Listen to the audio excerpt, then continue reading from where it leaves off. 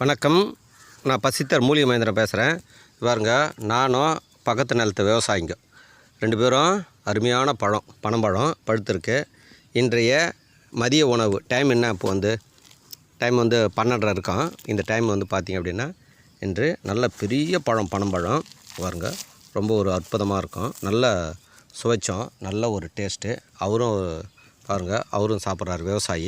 விவசாயிங்களோட அவர் பாருங்கள், பக்காவாக அந்த பட்டையெல்லாம் உரிச்சிட்டு நல்லா சுவை இருக்குது. நானும் சாப்பிட்டேன். நல்ல ஒரு பழம் சுவை இருக்குது. விவசாயிங்களோட மதிய உணவு இதுதான். இப்போ எங்களுக்கு பார்த்திங்கன்னா டீ கடையோ இல்லை பஜ்ஜி கடையோ போண்டா கடையோ மிச்சர் கடையோ எதுவுமே இருக்காது நிலத்தில். எங்களுக்கு உணவே என்ன அப்படின்னா, பனம்பழம் காலத்தில் பனம்பழம் சாப்பிடுவோம், மாம்பழம் காலத்தில் மாம்பழம், மாங்காய் காய் இருக்கும்போது மாங்காய் காயை சாப்பிடுவோம். இதுதான் பாரம்பரிய ஒரு விவசாயின்றது. எப்படி சாப்பிட்றாரு பாருங்கள் அவர் பனம்பழத்தை. நானும் சாப்பிட்றேன். இதெல்லாம் அனுபவிக்கணுன்னா மாநகரங்களில் இருக்கும்போது இதை அனுபவிக்க முடியாது. இதெல்லாம் எங்கள் கிராமத்தில் இயற்கையோடு வாழும் பொழுது இந்த இயற்கை உணவு கிடைக்கும். 100% இந்த உணவு ஆர்கானிக்கு, 100% சத்து, எந்த விதமான கெமிக்கல் ரசாயனமும் கிடையாது.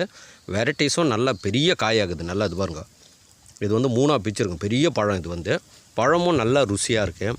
அதனால் உங்களுக்கெல்லாம் கூட வாய்ப்பு கிடைத்தா போகும்போது ரோடு ஓரத்தில் பனம்பழம் எங்கன்னா விழுந்திருந்தால் கூட பனம்பழத்தை எடுத்துன்னு போய் வீட்லேயோ குடும்பத்தோடு ஆளுக்கு கொஞ்சம் கொஞ்சமாவது அந்தந்த சீசனில் பழம் இருக்குது அப்படின்னா அந்த பழத்தை மழைக்காலம், பனிக்காலம், வெய்ய காலம், காற்று காலம், இந்த 4 பருவ காலத்தில் என்ன படைக்கப்படுதோ அந்த உணவை சாப்பிடும் பொழுது தான் அந்த உணவு ஆரோக்கியமாக நம்மளை வாழ வைக்கும். நம்மளுடைய பருவகால உணவை மிஸ் பண்ணிடாதுங்க.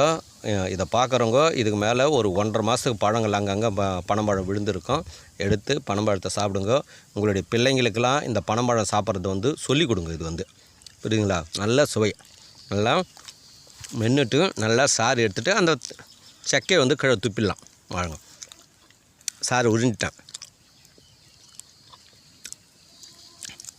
அவர் பாருங்கள் எப்படி சப்பி சாப்பிட்றாரு பாருங்கள். இது பாருங்கள், இது மாதிரி சக்கமாக இருக்கான். சக்கையை போட்டுற வேண்டியதான். நல்லா இந்த நாரை உரிச்சிட்டு அவர் கம்ப்ளீட்டாக உரிச்சு எடுத்துட்டார் பாருங்கள்.